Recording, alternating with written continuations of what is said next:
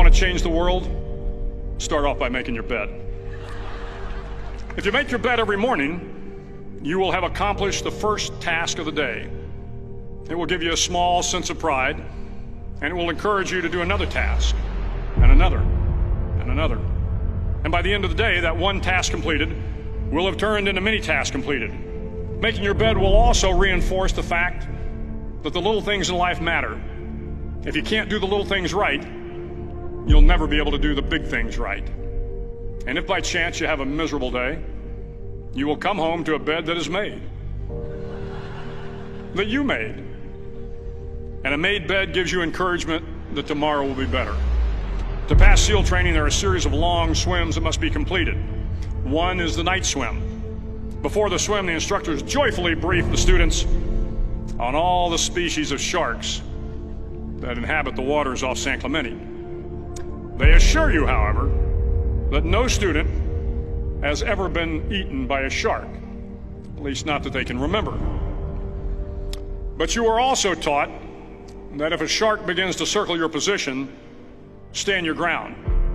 Do not swim away. Do not act afraid. And if the shark, hungry for a midnight snack, darts towards you, then summons up all your strength and punch him in the snout, and he will turn and swim away.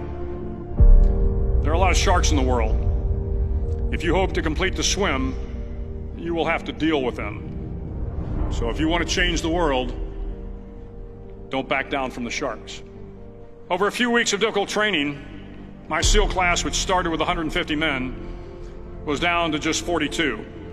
There were now 6 boat crews of 7 men each. I was in the boat with the tall guys, but the best boat crew we had was made up of the little guys, the Munchkin crew, we called them. No one was over 5'5". The Munchkin boat crew had 1 American Indian, 1 African American, 1 Polish American, 1 Greek American, 1 Italian American, and 2 tough kids from the Midwest.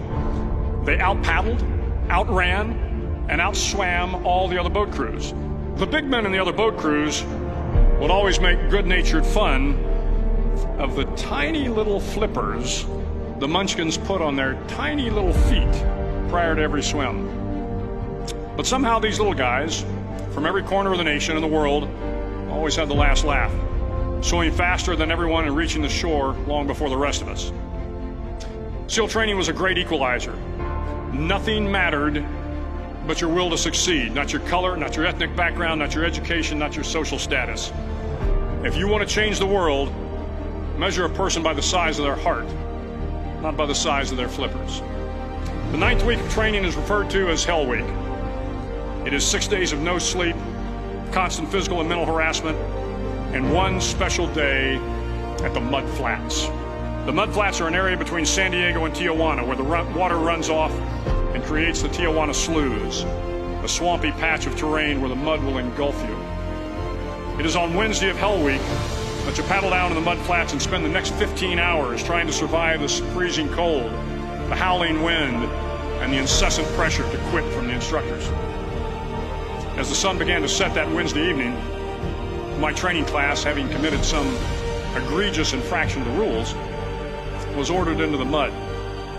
The mud consumed each man till there was nothing visible but our heads.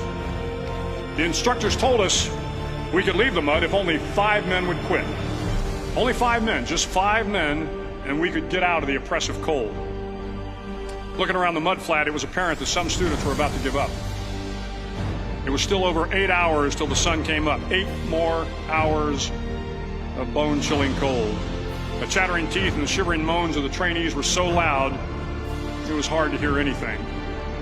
And then one voice began to echo through the night. One voice raised in song. The song was terribly out of tune, but sung with great enthusiasm. One voice became 2, and 2 became 3, and before long, everyone in the class was singing.